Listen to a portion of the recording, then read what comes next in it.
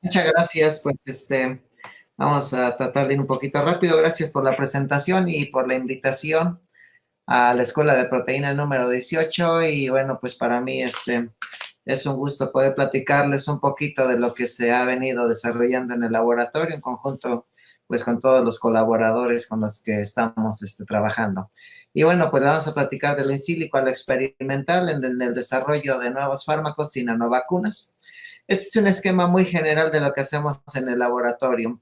Empleamos herramientas bioinformáticas, empleamos quimioinformática, modelado molecular, para obtener información estructural tanto de moléculas pequeñas como de macromoléculas, y de esa manera pues diseñamos fármacos, diseñamos vacunas, los cuales después se sintetizan y se llevan a la evaluación biológica. Este es un esquema general o una radiografía de todo lo que hacemos en el grupo de trabajo, que es un grupo de trabajo multidisciplinario. Y de forma muy general, por ejemplo, cuando uno se focaliza en un blanco, pues lo importante es conocer de este blanco toda la información. Primero, es focalizarnos sobre un problema, en este caso el cáncer, por ejemplo, pero hay muchos problemas, hay algunas otras enfermedades crónico-degenerativas como el Alzheimer y muchas situaciones o muchos problemas. Finalmente, pues en muchas ocasiones uno se va acomodando en las convocatorias de acuerdo a las necesidades o de acuerdo a los términos de referencia que tiene una convocatoria. Nosotros pues nos hemos focalizado últimamente mucho al cáncer. Eh, Desafortunadamente hay muchos pacientes que tienen este problema y bueno, pues los gobiernos le han estado invirtiendo para tratar de encontrar nuevas novedades farmacológicas, terapéuticas. Una vez que uno se focaliza pues en un problema en particular, analiza uno el posible target, que sea un blanco biológico que al ser modulado pues tenga actividad anticáncer. Uno desde el punto de vista de la computadora, desde el punto de vista bioinformático, pues busca las secuencias, construye modelos tridimensionales, los somete a una dinámica molecular, obtiene uno diferentes conformeros de esas estructuras tridimensionales, información estructural que después puede uno emplear para diseñar fármacos basados en el target o en el blanco biológico. Uno con esta información tridimensional obtiene pues superficies, regiones de las proteínas, grupos funcionales, distancias interatómicas y una serie de datos geométricos, estructurales, químicos, de cargas que permiten diseñar fármacos a la medida. Pero también uno con la información tridimensional puede uno hacer diseño de fármacos basado en estructura del target. Todo esto se hace pues por computadora.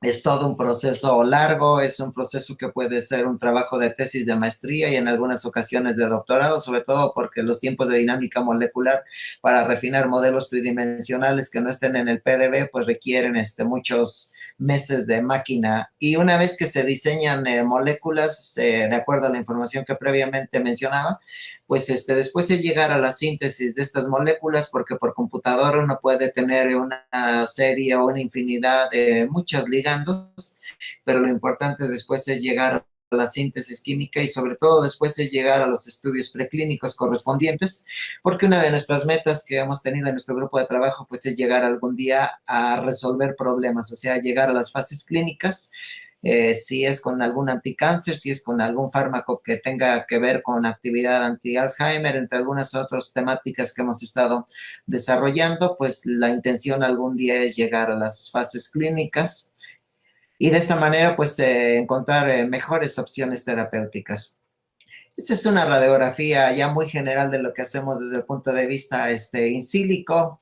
Es un esquema que nos muestra, bueno, pues por un lado la obtención de la estructura tridimensional de la proteína puede ser construida, puede ser obtenida del PDB, puede ser refinada por dinámica molecular.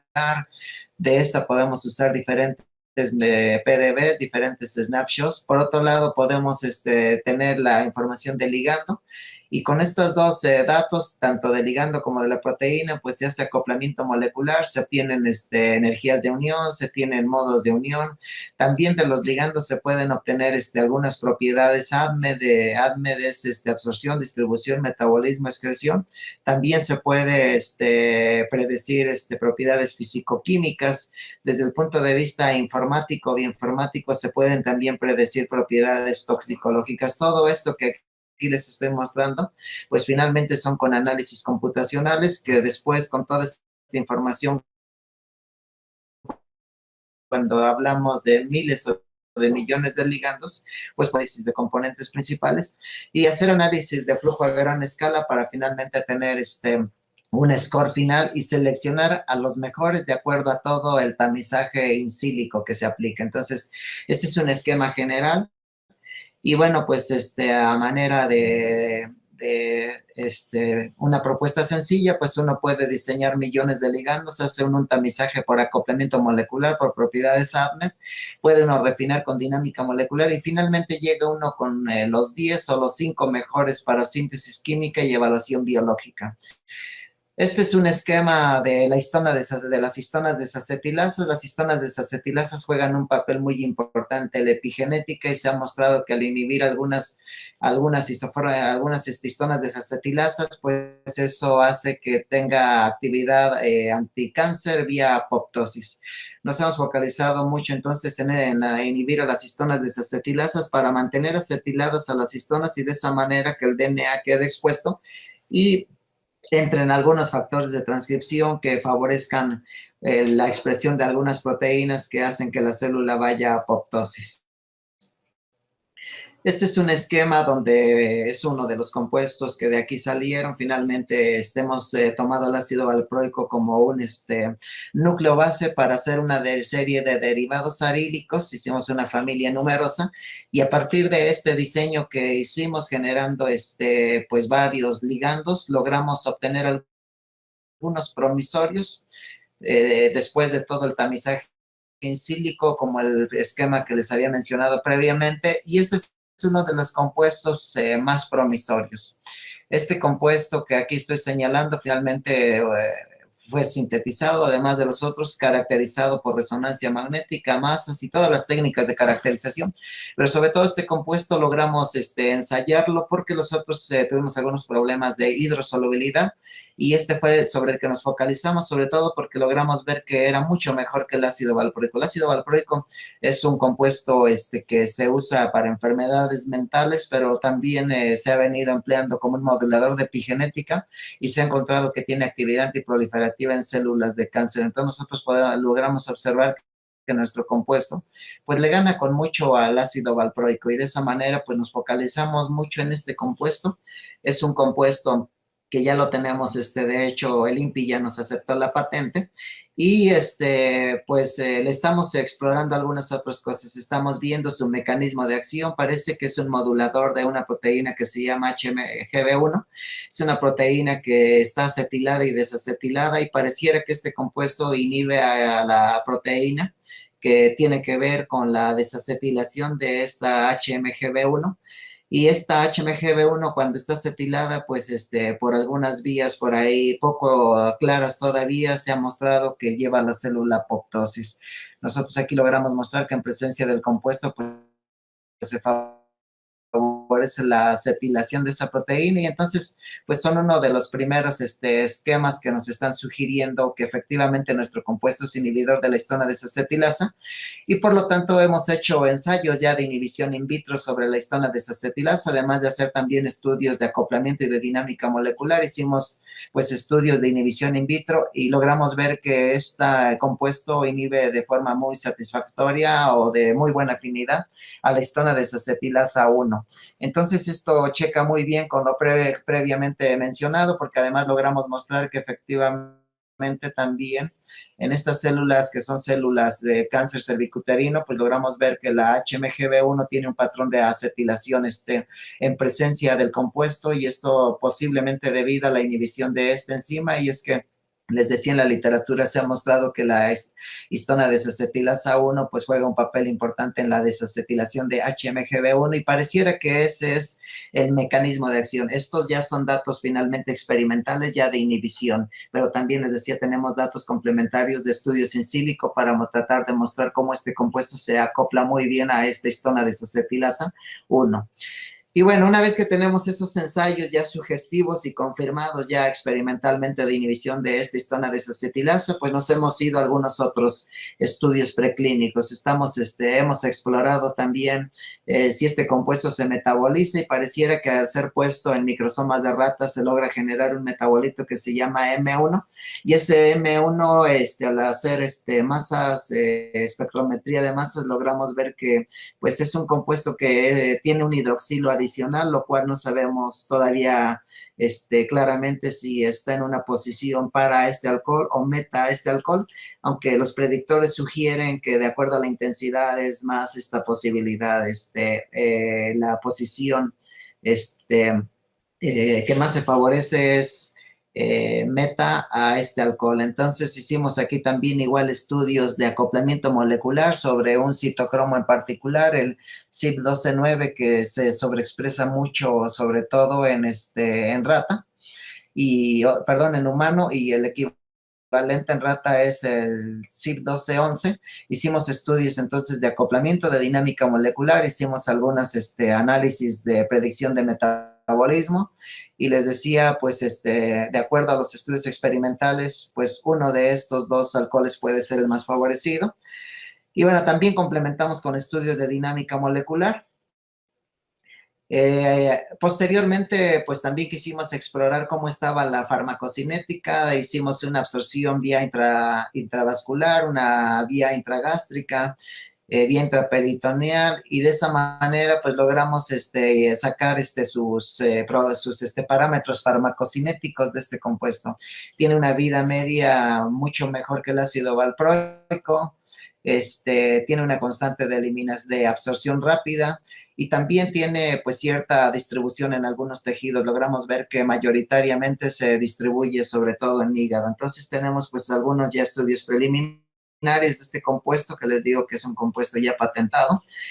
Y bueno, pues también hicimos otros estudios como de teratogénesis en modelo animal en ratas preñadas y logramos observar que el compuesto no le hace nada a los fetos comparado con el ácido valproico. Aquí en la diapositiva que estoy yo señalando son fetos que son fetos que finalmente las madres de estos fetos durante la organogénesis, durante el desarrollo, fueron tratados con el ácido valproico y con el compuesto, y como podemos observar, el ácido valproico pues causa daños a nivel del tubo neural de forma muy significativa.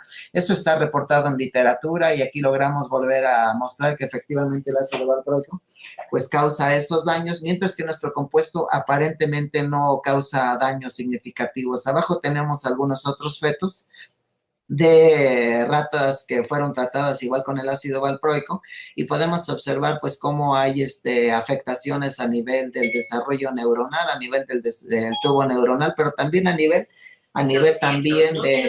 pero también a nivel del crecimiento de los fetos.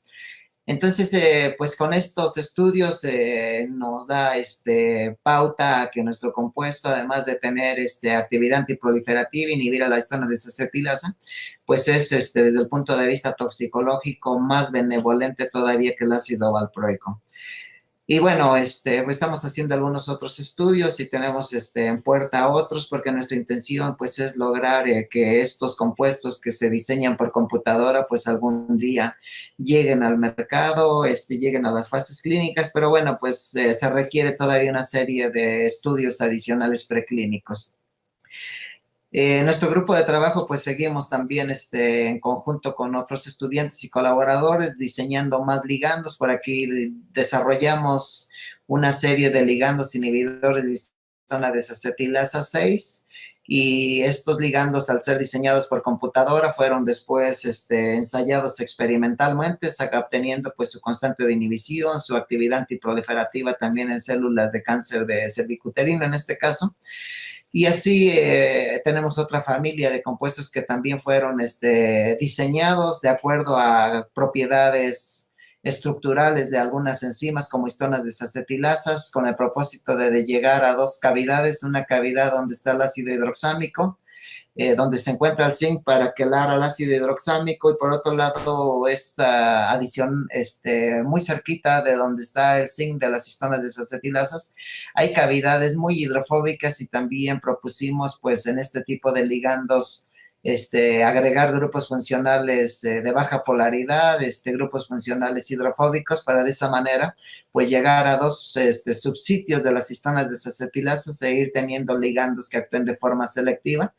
Se hicieron estudios también de tamizaje in silico, se sintetizaron los más promisorios, se evaluaron como inhibidores de histona desacetilasa usando kits, y también se evaluó la actividad biológica en células de cáncer de mama, en células de cáncer de páncreas, de hígado.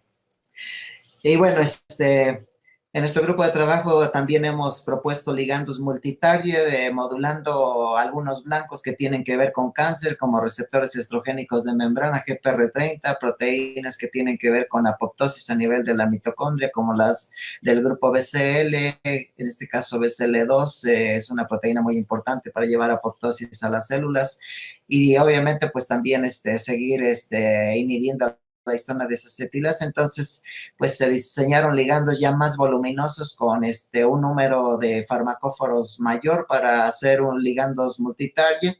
También estudios in silico, y finalmente se sintetizaron los mejores, se evaluaron biológicamente. Este es otro esquema que también en el grupo de trabajo pues se diseñaron ligandos moduladores de receptores estrogénicos nucleares, se hicieron los estudios de dinámica molecular, acoplamiento, estudios de actividad antiproliferativa.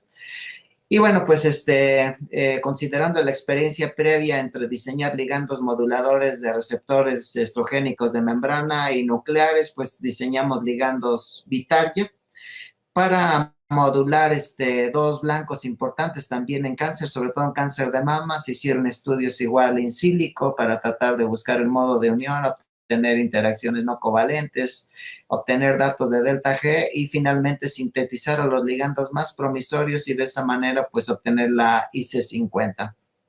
Uno de nuestros problemas en nuestros desarrollos ha sido la baja solubilidad, por lo tanto hemos echado mano de algunas nanopartículas tipo dendrímeros. Primero hicimos algunos ensayos para tratar de corroborar si al modificar químicamente estos ligandos mejorábamos la actividad antiproliferativa.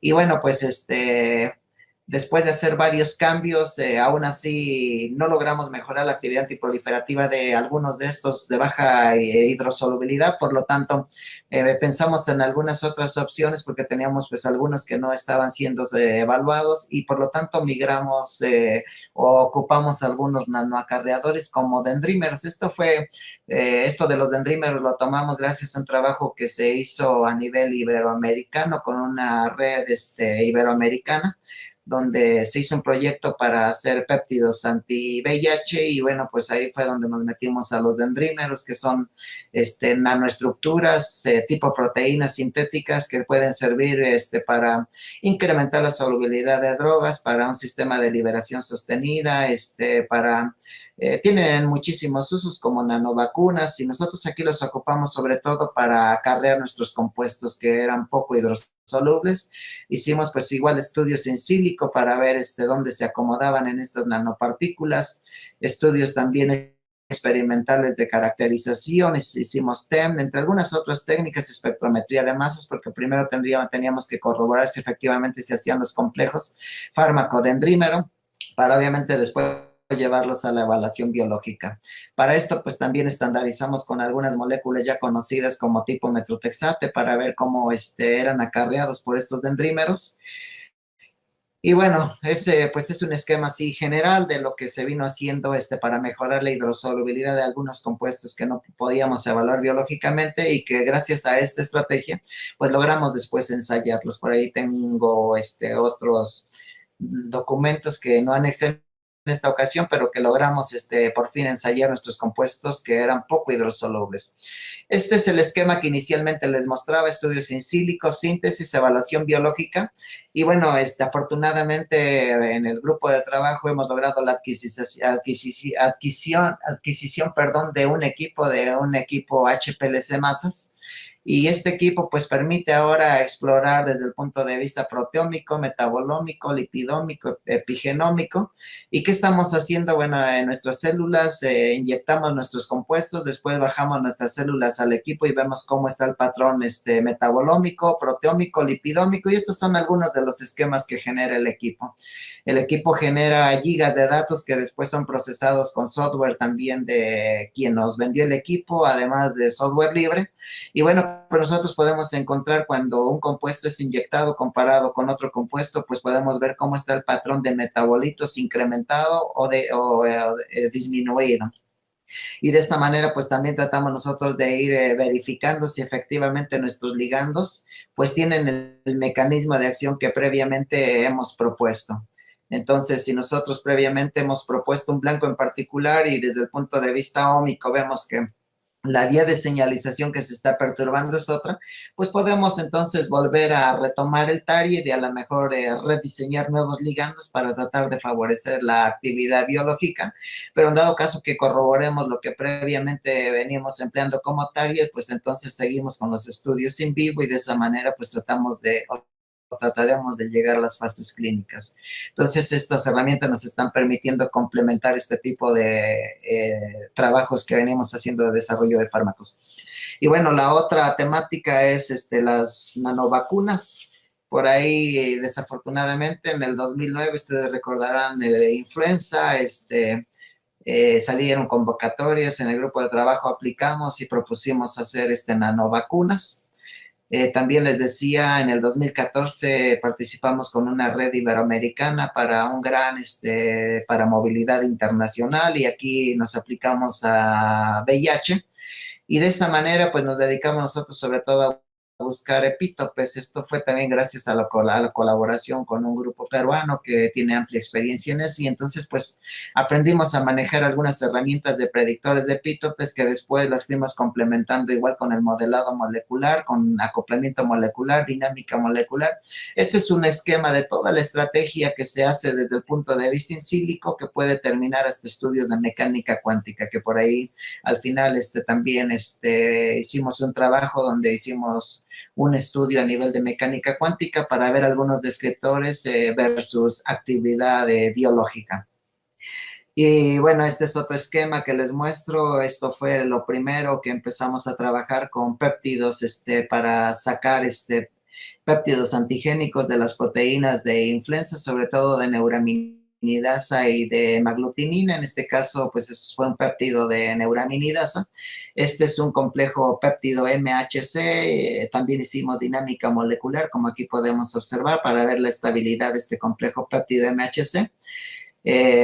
Hicimos varios estudios de muchas secuencias depositadas en el GenBank para de esa manera tratar de buscar secuencias consenso y sobre esas pues hacer ya los estudios de predicción de epítopes, encontrando en esta proteína que es neuraminidasa, seleccionando algunos que fueran de superficie. Los predictores de epítopes generan muchas posibilidades, pero después uno en modelos tridimensionales tiene que ver si efectivamente estos se encuentran en superficie, hacer el complejo péptido MHC para tratar de describir las interacciones no covalentes y finalmente viene lo más importante, la validación experimental. Una vez que uno tiene el péptido, pues uno lo inyecta en conejos, en ratones, uno obtiene anticuerpos y luego esos anticuerpos los reta uno con los péptidos y va uno viendo cómo está el reconocimiento péptido, anticuerpo. También lo hicimos con muestras de saliva, se hicieron estudios también en pacientes que habían sufrido influenza, a ellos pues se les sacaron muestras de sangre también y también se usaron anticuerpos de saliva y se hicieron pues algunos estudios contra los péptidos que nosotros previamente habíamos diseñado in sílico. Se hicieron algunos estudios también directamente en cultivo celular con el virus para tratar de ver cómo los anticuerpos de los péptidos, que esos anticuerpos obtenidos de modelo de conejo, se obtuvieron una vez que se inyectaron los péptidos que nosotros habíamos predicho por computadora y se vio cómo esos péptidos pues protegían contra el daño celular que ocasionan los virus. Entonces, por ejemplo, aquí nosotros podemos ver mucha muerte celular y esto es debido a que la célula no es protegida hacia el virus, o sea que el virus directamente va dañando a la célula, pero cuando la célula es protegida con anticuerpos de animales, que esos anticuerpos fueron obtenidos una vez que se inyectaron los péptidos que por computadora habíamos diseñado, pues pudimos observar que sí había cierta protección. Entonces, pues fueron algunos de los estudios complementarios que se fueron haciendo desde el punto de vista experimental. Y bueno, desde el punto de vista de computadora, una vez que se hicieron los péptidos, se hicieron el MHC, muchos de los estudios de dinámica molecular que estaban publicados era con el MHC, pues sin membrana, lo cual causa muchos problemas porque finalmente pues si son regiones que deben de ir en la membrana, al estar sin membrana, eso ocasiona que existan cambios conformacionales que pueden afectar el reconocimiento péptido MHC. Entonces hicimos estudios ya con membrana, también se hicieron algunos otros estudios en el grupo de trabajo donde consideramos la membrana de la célula presentadora de antígenos, que es donde está el MHC, el péptido en ese MHC y el receptor del linfocito T y la membrana de este linfocito. Y entonces hicimos algunos estudios también por ahí con mis colaboradores, con mis compañeros, y de esa manera pues logramos tratar de decir que este sería el modelo desde el punto de vista in silico todavía más representativo, porque aquí usamos datos ya experimentales publicados por otros grupos de trabajo.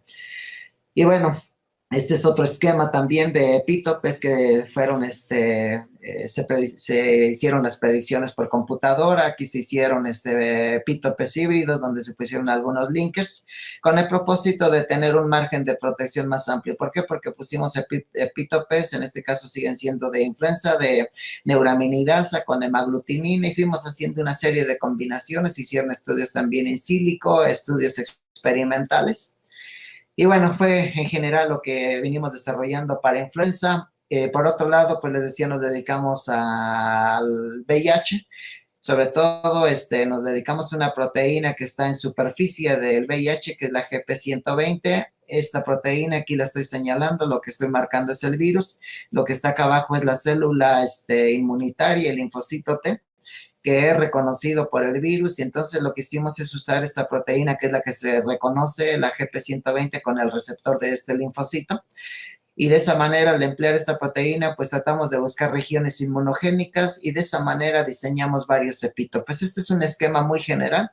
Lo que nosotros aquí hicimos, afortunadamente en la literatura ya existe el complejo anticuerpo proteína GP120, y lo que nosotros tomamos pues fueron sobre todo las superficies de contacto anticuerpo-proteína para tratar de buscar epítopes en esos complejos proteína-anticuerpo.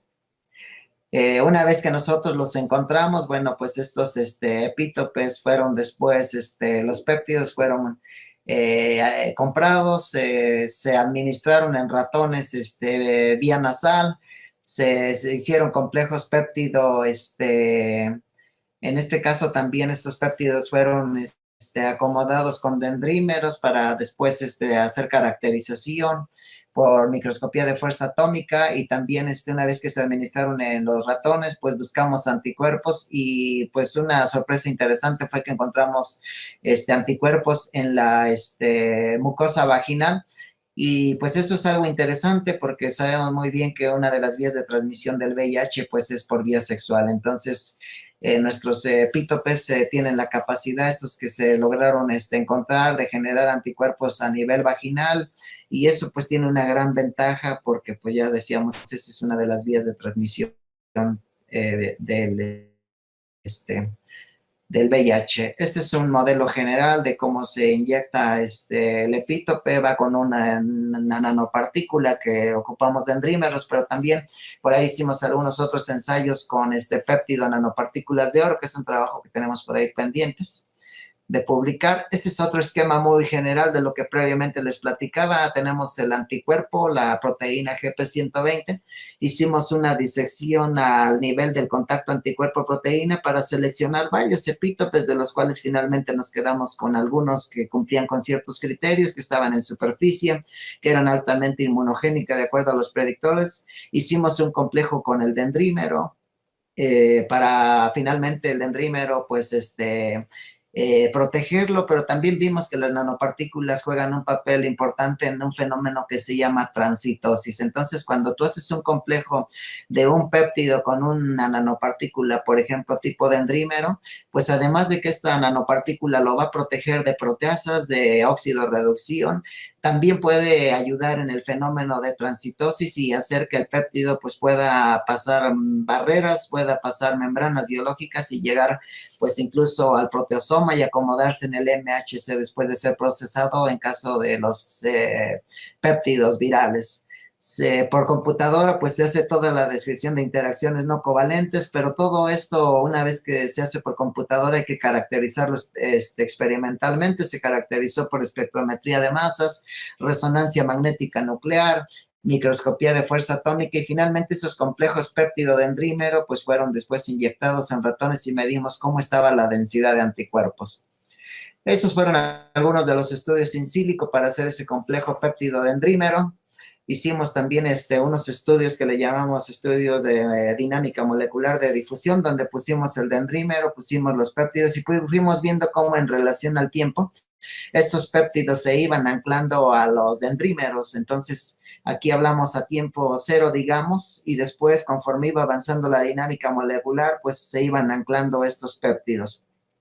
Esto de la dinámica molecular, pues se pueden obtener muchos datos, como radio de giro, RMCF, RMD, RMCD, entre algunos otros datos. Este es otro esquema donde les decía, pusimos a los péptidos pues de forma aleatoria en distintos lugares, todos encerrados en una cajita cosa. Este es el dendrímero y conforme pasaba el tiempo, pues esos péptidos se iban adosando al dendrímero y por lo tanto, pues eso nos hace pensar que efectivamente ese complejo péptido dendrímero sí se da, lo cual después pues caracterizamos por espectrometría de masa. Les decía, espectrometría también de electrospray. También hicimos microscopía de fuerza atómica para ver estas nanopartículas y aplicamos resonancia magnética nuclear, pero finalmente esos complejos péptido-dendrímero fueron ensayados en modelo in vivo para tratar de ver pues la capacidad de generar anticuerpos de esos péptidos. Y bueno, les decía yo otras nanopartículas, como toxina de cólera, como nanopartículas de oro, por ahí tenemos unos trabajos pendientes de unos resultados que todavía no hemos publicado. Y igual hicimos lo mismo con esas nanopartículas, medimos anticuerpos. Y este es un estudio que hicimos para sacar descriptores mecánico-cuánticos. Aquí usamos péptidos ya reportados de literatura del VIH y lo que hicimos pues fue meter los péptidos a ciertos análisis de mecánica cuántica, obteniendo pues sobre todo energía Somolumo, y de esa manera pues hicimos un estudio tipo relación estructura-actividad para tratar de ver cuáles eran los mejores descriptores y de esa manera seleccionar 5 péptidos promisorios aplicando esos descriptores mecánico-cuánticos, pero ahora en nuestros péptidos que nosotros previamente habíamos también por computadora diseñado. Y bueno, pues todo esto es gracias a toda una red de colaboradores en el grupo de trabajo, que sin ellos esto no es posible. Finalmente, pues ellos son un apoyo muy fuerte que hace que esto que les estoy platicando sea una realidad. Y bueno, también esto pues es gracias a todos los apoyos que hemos tenido, tanto del gobierno federal como de algunas instancias como la Fundación Miguel Alemán, como la Red Iberoamericana CITED. Y pues seguimos actualmente desarrollando algunos otros proyectos. Ahorita tenemos un proyecto con Francia, tenemos otro proyecto con el Reino Unido. Y bueno, pues no me queda más que darles las gracias por su atención y si tienen alguna pregunta, pues estamos aquí a la orden. Cualquier cosa, la doctora Mar tiene mi correo electrónico si quisieran un poquito más de información sobre lo que acabo de platicar. Pues muchas gracias por su atención.